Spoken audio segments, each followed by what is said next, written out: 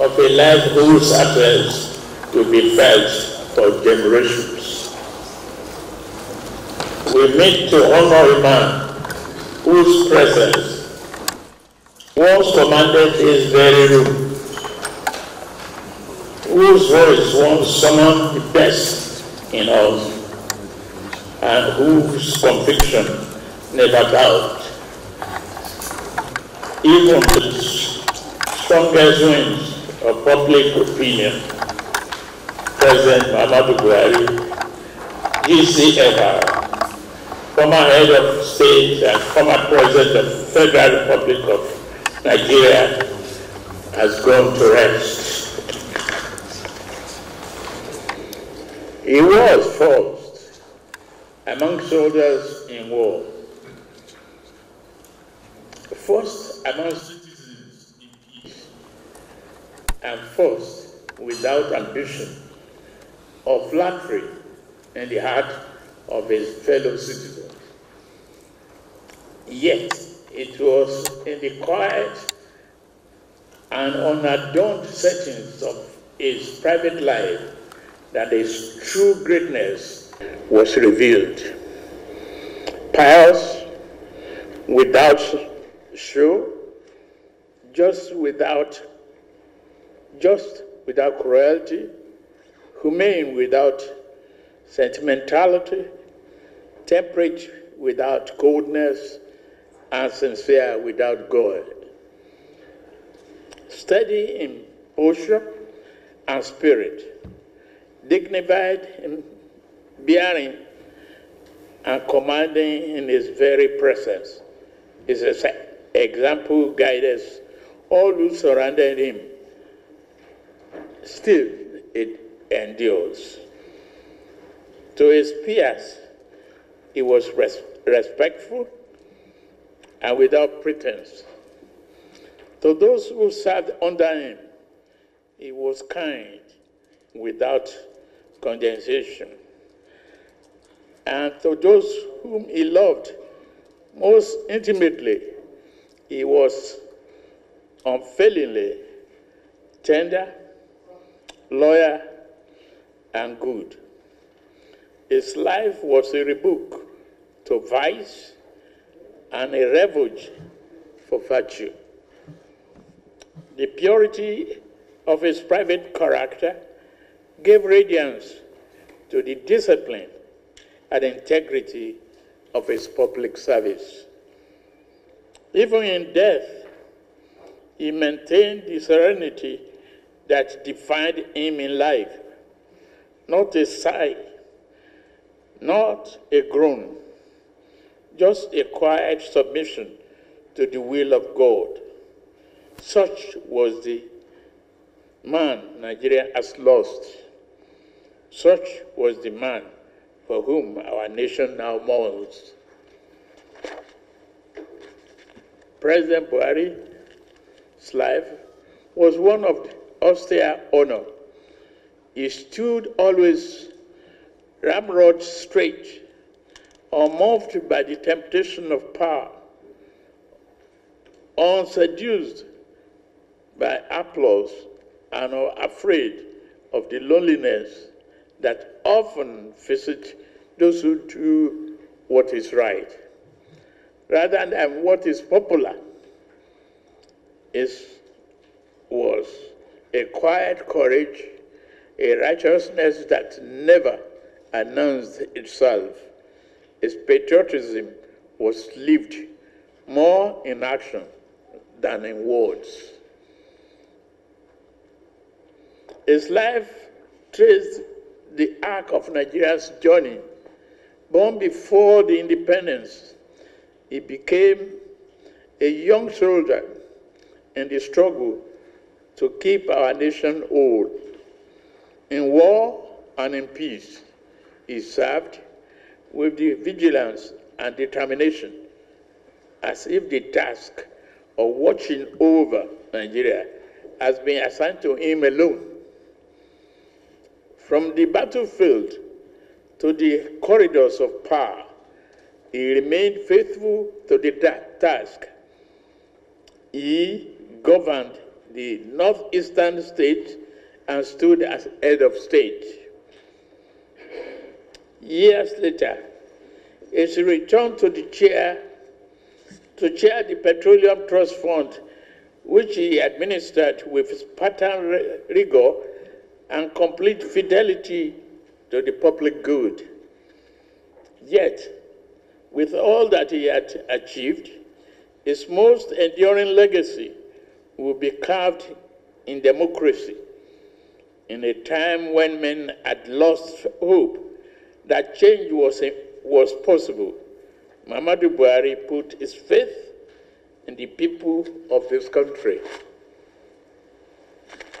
We stood together, he and I, alongside others, drawn from across the political spectrum, regions and tongues. We formed an alliance that enabled Nigeria to experience the first true democratic transfer of power from one ruling party to another.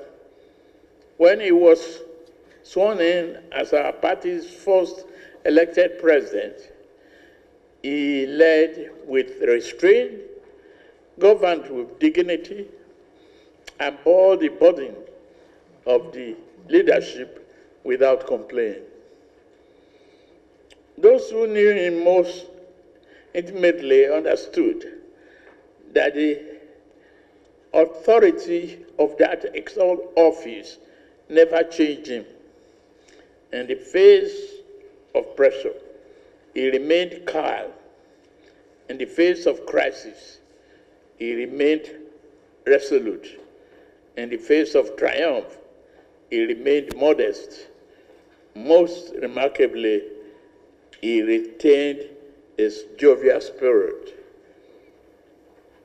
When his tenure ended, he returned to Dara, not to command from the shadows or to hold court, but to live as he always had, never seeking to impose his will, but content to let others carry the nation forward. President Buhari was not a perfect man. No leader is. But he was, in every sense of the word, a good man, a decent man, an honorable man.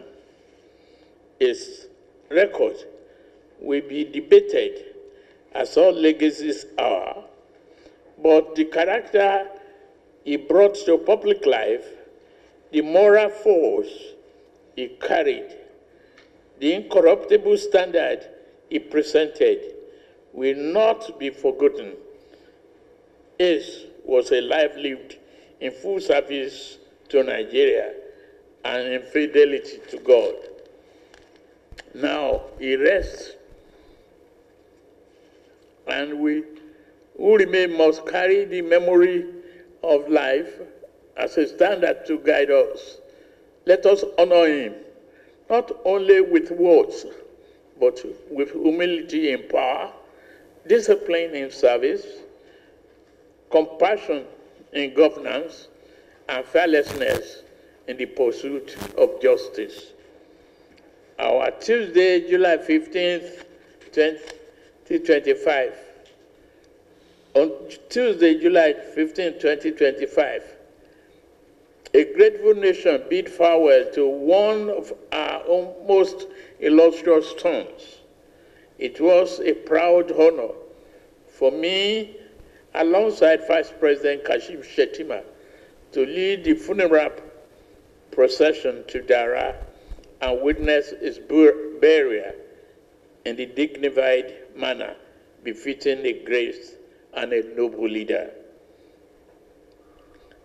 I thank the Interministerial Committee, led by the Secretary to the Government of the Federation, George Akume, and Governor Diko Rada for organizing a befitting state funeral within 48 hours. In this period of national mourning, I once again extend my heartfelt condolences to Ajia Aisha Buhari, our children, the entire Buhari family, the government and people of Katsina State, and all who knew and loved him.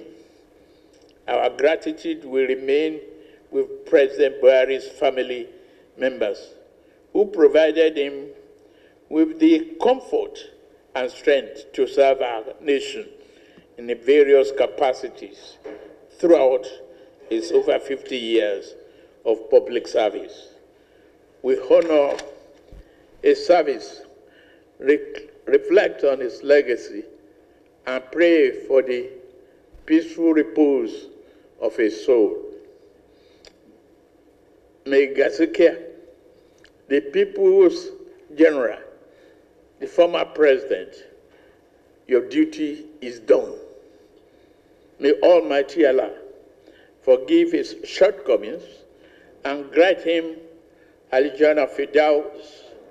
May his life continue to inspire generations of Nigerians to serve with courage, conviction, and selflessness. President Buhari, thank you. Nigeria will remember you. Thank you very much.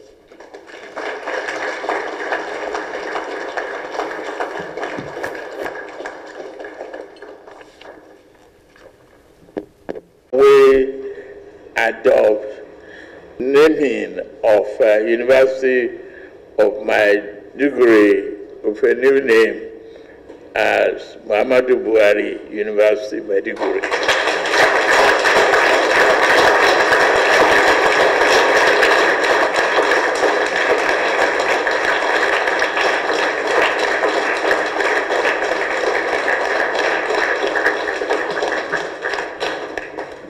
Thank you very much. Now the prayers.